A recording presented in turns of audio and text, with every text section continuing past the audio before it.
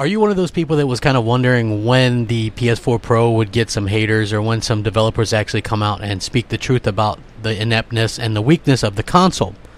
If you answered yes, this is the video for you, folks. What's up? I'm Crapgamer, and this is Crapgamer Reviews, back with another video. Thank you guys for checking it out. So there's a couple different pieces that I'm going to roll into one.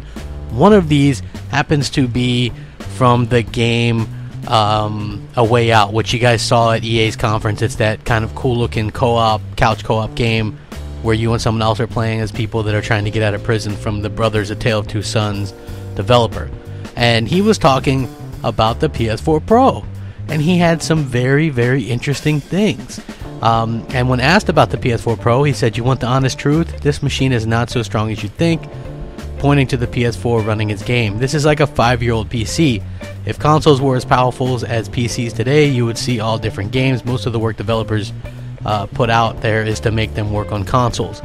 So this really kind of is very a striking comment, because as we know, the Xbox One X is completely an amazing piece of machinery, and developers love that, especially the ones that are even like PCs.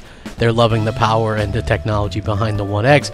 So seeing him completely trash the PS4 Pro, which a lot of people, including myself, thought of as a pretty powerful console, but now I guess that makes you kind of rethink it in terms of the power and things like that. That is absolutely a devastating comment, considering Sony's main idea behind making the PS4 Pro supposedly was to compete with PCs, because they didn't want people to go off to PC and leave the PS4. Although that seems like it was pretty much just a nonsensical excuse. Keeping with the lack of power in the PS4 Pro, it doesn't look like Spider-Man is going to run that good on it. So when asking about, you know what, I'm going to link these two as well so you guys can check it out. Insomniac Games, who are very friendly. I like them. I like their games. But people are asking them, "Hey, Insomniac, is Spider-Man PS4 native 4K on the Pro, and how many frames per second?" They respond, 4K via temporal injection, 30 FPS. So feeding into the recent discussion on console open world games being limited to 30 frames per second, Insomniac replied that an option to run the game at 1080p 60 isn't feasible on the PlayStation 4 Pro. So yeah, that's interesting. You know why it's interesting? Because when Sunset Overdrive came out at 900p 30 frames per second on the Xbox One, people, mostly like NeoGAF and these media threads and things like that, were suggesting that if it were on the PS4, it would do 1080 60. So now we see that even with the Pro, a game like Spider-Man can't do 1080 60. So yeah, definitely interesting there.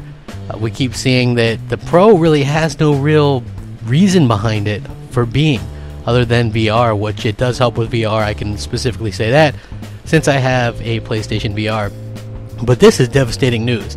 Like, more and more we're seeing this kind of thing happen with the PS4 Pro, where developers are coming out and saying, "Hey, we can't even do much with it in terms of increasing frames per second, or doing much more than, we can't even do 1080 60 on this game." So very, very interesting indeed.